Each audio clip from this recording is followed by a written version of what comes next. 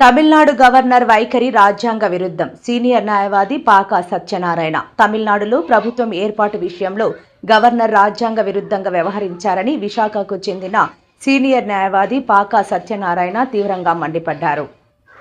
సోమవారం విశాఖ ప్రెస్ క్లబ్లో నిర్వహించిన మీడియా సమావేశంలో ఆయన ముఖ్య అతిథిగా పాల్గొన్నారు. ఈ సందర్భంగా తమిళనాడు ముఖ్యమంత్రిగా ప్రమాణ స్వీకారం చేసిన జోసెఫ్ విజయ్కు న్యాయవాదుల తరఫున అభినందనలు తెలిపారు. ఈ సందర్భంగా సీనియర్ న్యాయవాది వాసుపల్లి చెన్నారావు మాట్లాడుతూ, మెజారిటీ శాసనసభ్యుల మద్దతు ఉన్నప్పటికీ గవర్నర్ రాజ్యాంగ విరుద్ధంగా ప్రవర్తించడం బాధాకరమన్నారు. ప్రపంచంలోనే భారత రాజ్యాంగానికి ప్రత్యేక గౌరవం ఉందని, అలాంటి రాజ్యాంగాన్ని ఖూనీ చేసే విధంగా కేంద్ర ప్రభుత్వం వ్యవహరించడం సరైంది కాదన్నారు. రాజకీయాలకు అతీతంగా వ్యవహరించాల్సిన రాజ్యాంగ ప్రతినిధులు ప్రజాస్వామ్య విలువలను కాపాడాలని సూచించారు. తమిళనాడులో విజయం సాధించి ముఖ్యమంత్రిగా ప్రమాణ స్వీకారం చేసిన డాక్టర్ విజయ్ దళపతికి పలువురు న్యాయవాదులు అభినందనలు తెలిపారు. ప్రజలకు మంచి చేయాలనే సంకల్పంతో రాజకీయాల్లోకి వచ్చానని ఆయన తన తొలి ప్రసంగంలో చెప్పడం ఆకట్టుకుందని పేర్కొన్నారు. అందువల్ల మీకు ముందుగా జయభీములు తెలియజేస్తూ, భారతదేశ వ్యాప్తంగా రాజకీయ పరిణామాలు మీరు చూస్తూ ఉన్నారు, ప్రజలు చూస్తూ ఉన్నారు. ఘోరమైన సంఘటన ఏంటంటే, తమిళనాడులో రాజ్యాంగబద్ధమైన పోస్టులో ఉండే గవర్నర్ గారు కేంద్ర ప్రభుత్వం ఎలాగ ఆడిస్తే తోలుబొమ్మలు ఆటను చూడండి, తోలుబొమ్మని ఎలాగ ఆడిస్తే అలాగ ఆడుతూ ఉంటుంది. గవర్నర్ కూడా 4-5 రోజులు విజయ్ దళపతిని ఏ విధంగా ముప్పు తిప్పలు పెట్టారో మీ అందరికీ తెలిసిన విషయం. దాని విషయంలో న్యాయవాదులుగా మేము ముందుకొచ్చి జరుగుతున్న అన్యాయాన్ని ఖండించాలని ఈ ప్రెస్ మీట్ అరేంజ్ చేయడం జరిగింది. మరి వడ్డే రవిబాబు గారు ఇండియన్ లాయర్స్ అసోసియేషన్ రాష్ట్ర కమిటీ మెంబరు, అలాగే కె దేవుడు బాబు గారు ఎస్సీ ఎస్టీ న్యాయవాదుల మాజీ సంఘ కార్యదర్శి గారు, అలాగే రాయపాటి సామ్యుల్ జాన్సన్ మొన్నే భోజన దళపతి పార్టీ తరఫున గాజువాక ఎమ్మెల్యేగా కూడా పోటీ చేశారు. అలాగే వి చిన్నారావు గారు ఎస్సీ ఎస్టీ న్యాయవాదుల సంఘ మాజీ అధ్యక్షులు, అలాగే కుమార్ ఎస్టీ న్యాయవాదుల యొక్క సంఘ ప్రతినిధి. వీళ్ళందరూ కూడా జయభీములు తెలియజేస్తూ ఈ ప్రజాస్వామ్యాన్ని కాపాడాలని మీ న్యాయవాదులందరూ అనుకుని ముందుకు రావడం జరిగింది. మరి తమిళనాడులో 108 సీట్లు వచ్చిన జోసెఫ్ విజయ్ గారిని అక్కడ గవర్నర్ గారు చాలా ఇబ్బందులు పెట్టారు.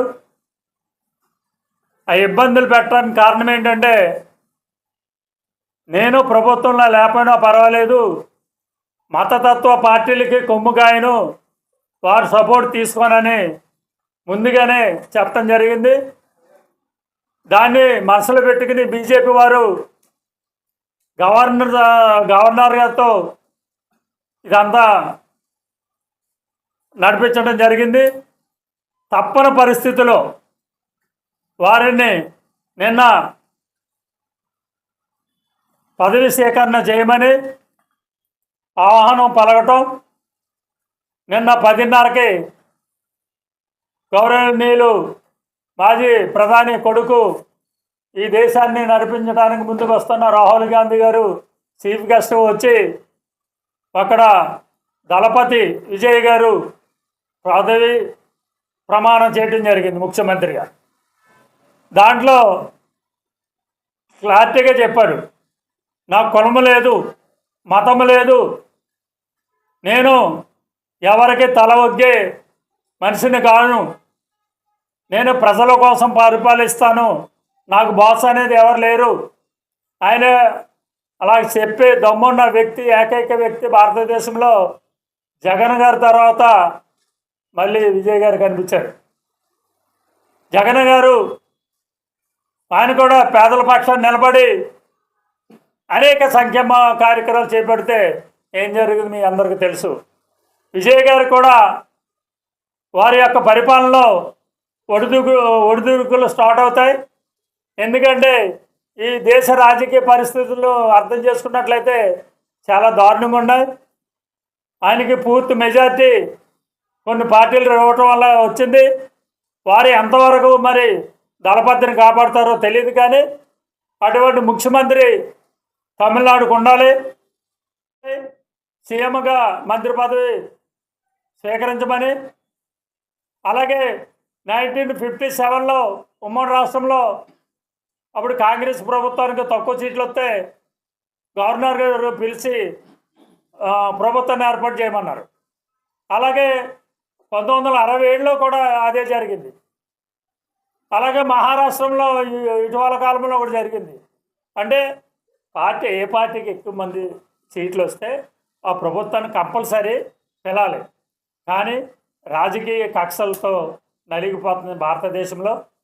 ఒక మైనారిటీ క్రిస్టియన్ అయ్యుండి క్రిస్టియన్ల మీద దాడులు జరుగుతున్న ఈ భారతదేశంలో దాడులు జరుగుతున్న టైంలో తమిళనాడు ప్రజలు మంచి తీర్పు ఇచ్చారు.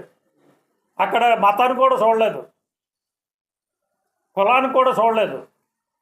అటువంటి వ్యక్తికి మంచి మెజార్టీ ఇచ్చి ఈ రోజున భారతదేశానికి దశ దిశ ఒక మార్గం అనేది దళపతి ద్వారా వస్తారని నేను కోరుకుంటూ. మాకన్నా మీరే పరిశీలిస్తున్నారు. మెజార్టీ ఉన్న పీపుల్ని పక్కన పెట్టి మెజార్టీ లేని దానికోసం పాకులాడుకుంది ఎంతవరకు సమంజసం ఆలోచించాలి. 107 సీట్లను ప్రభుత్వాన్ని గవర్నర్ గారు అధికారానికి చేపట్టడానికి నిరాకరిస్తూ గత 5 రోజుల నుంచి పెట్టిన టార్చర్ చూసిన విషయమే. ఈ సందర్భంగా మీ న్యాయవాదులందరూ అతని మీద అభిమానంతో ఈ ప్రెస్ కాన్ఫరెన్స్ పెట్టడం జరిగింది. తమిళనాడులోని